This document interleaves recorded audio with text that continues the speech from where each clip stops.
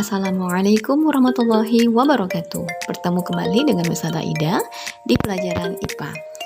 Kali ini kita akan belajar tentang pewarisan sifat.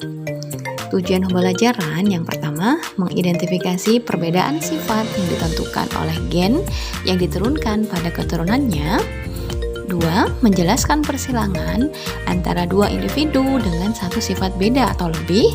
Dan yang terakhir, menafsirkan hasil pengamatan untuk memahami persilangan. Nah, siapakah beliau ini? Beliau ini adalah Bapak Gregor Johann Mendel. Beliaulah adalah Bapak genetika. Jadi yang menemukan tentang metode pewarisan sifat pada makhluk hidup adalah beliau. Nah, hukum penemuan beliau ini dikenal dengan hukum Mendel 1 dan juga hukum Mendel 2. Kali ini kita akan belajar hukum 1 Mendel dulu ya. Nanti berikutnya baru hukum 2 Mendel. Sebelum kita pelajari tentang hukum Mendel 1, kita harus mengenal dulu nih tentang pewarisan sifat. Pewarisan sifat ini disebut juga dengan nama hereditas. Jadi, ilmu yang mempelajari pola pewarisan sifat itu disebut dengan genetika. Gen merupakan bagian dari senyawa kimia yang berada di dalam kromosom, tepatnya pada lokus. Kemudian setiap gen itu memiliki pasangan gen yang disebut dengan alel ya. Jadi di dalam tubuh kita itu ada sel, di dalam sel itu ada yang namanya inti sel. Di dalam inti sel itu ada kita kenal dengan kromosom. Nah, dalam kromosom itu ada gen. Nah, gen-gen ini berpasangan yang disebut dengan alel. Gen adalah bagian yang menentukan sifat suatu organisme. Gen dilambangkan oleh huruf tertentu. Gen dominan ditulis dengan huruf kapital, sedangkan gen resesif ditulis dengan huruf kecil. Sifat gen tadi kita kenal ada yang dominan dan ada yang resesif. Jadi setiap kita ini membawa sifat yang akan diturunkan kepada keturunan kita masing-masing. Nah, sifat yang dominan itu berarti sifat yang akan muncul. Namun ada juga yang namanya resesif, yaitu sifat yang tertutupi oleh dominan. Nah, sifat yang dominan ini disimbolkan dengan huruf kapital biasanya ya. Kemudian yang tertutupi atau yang resesif dituliskan dengan huruf kecil.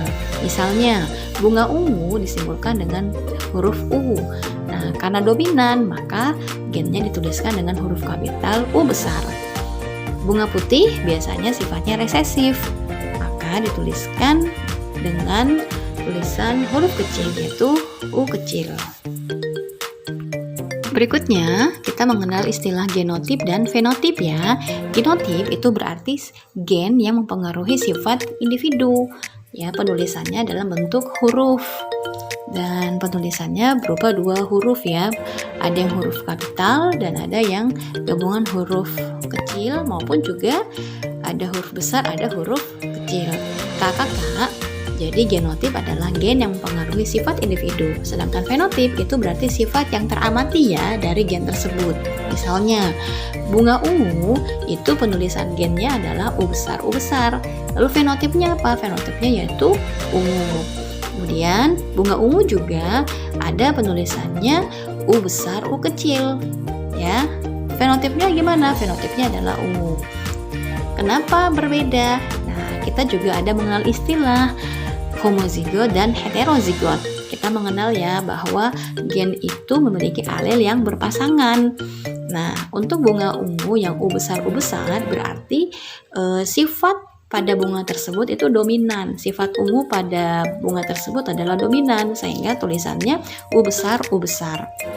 Lalu ketika ada bunga ungu gennya U besar U kecil itu berarti gen dari bunga tersebut adalah heterozigot, yaitu ada gabungan sifat dominan U besar, kemudian ada sifat resesifnya yaitu U kecilnya. Apa itu sifat resesif? Sifat resesif itu adalah sifat yang tidak nampak ya pada suatu makhluk hidup. Jadi ada tadi heterozigot, ada homozigot, kemudian ada yang dominan, ada yang resesif. Dominan itu berarti sifatnya sempurna muncul gitu ya. Kalau resesif berarti sifat yang tersembunyi atau tertutupi oleh dominan.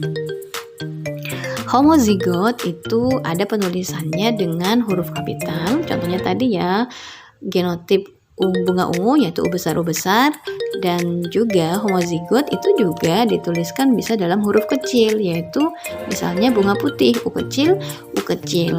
Nah, kalau huruf kecil itu disebut dengan homozigot resesif ya, berarti dia sempurna, itu adalah bunga yang sifatnya tertutupi sempurna. Nah, karena kita membandingkan antara bunga ungu dengan bunga putih ya, perbedaan warna yang kita lihat, maka untuk warna ungu kita tuliskan dengan U besar ya untuk sifat dominannya. Bila bunganya berwarna putih kita tuliskan dengan U kecil.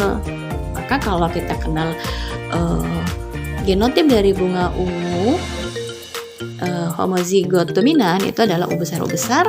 Kemudian kalau genotip dari bunga putih yaitu homozigot resesif itu adalah U kecil U kecil, berarti sempurna sifat resesifnya yaitu U kecil U kecil. Oke, kita lihat bagaimana hukum 1 Mendel ya. Jadi hukum 1 Mendel ini Pak Mendel menyilangkan dua makhluk hidup yang memiliki satu sifat yang berbeda ya. Misalnya mau dilihat dari warna bunganya, mau dilihat dari ketinggiannya. Nah, ini disebut dengan persilangan monohibrid, yaitu hanya satu sifat beda dari makhluk hidup tersebut. Nah, Pak Mendel menyilangkan bunga ungu dengan bunga berwarna putih. Nah, parentalnya, orang tuanya yaitu bunga berwarna ungu disilangkan dengan bunga berwarna putih. Nah, fenotipnya apa? Kita sudah tahu tadi ya, fenotip adalah sifat yang nampak oleh mata kita. Maka fenotipnya adalah bunga ungu dan bunga putih. Lalu genotipnya apa? Genotip itu dituliskan dengan huruf yang berpasangan ya. Bunga ungu itu genotipnya adalah U besar U besar, sedangkan bunga putih adalah U kecil U kecil. Gametnya yaitu U besar dari bunga ungu, kemudian U kecil dari bunga putih ya. Lalu disilangkanlah kedua parental tersebut. Ternyata keturunannya, persilangan hasil pertamanya, filial pertamanya atau keturunan pertamanya semuanya pasti akan berwarna ungu. Namun ungu ini keturunannya sudah membawa sifat resesif ya, karena ada bunga ungu dan bunga putih. Jadi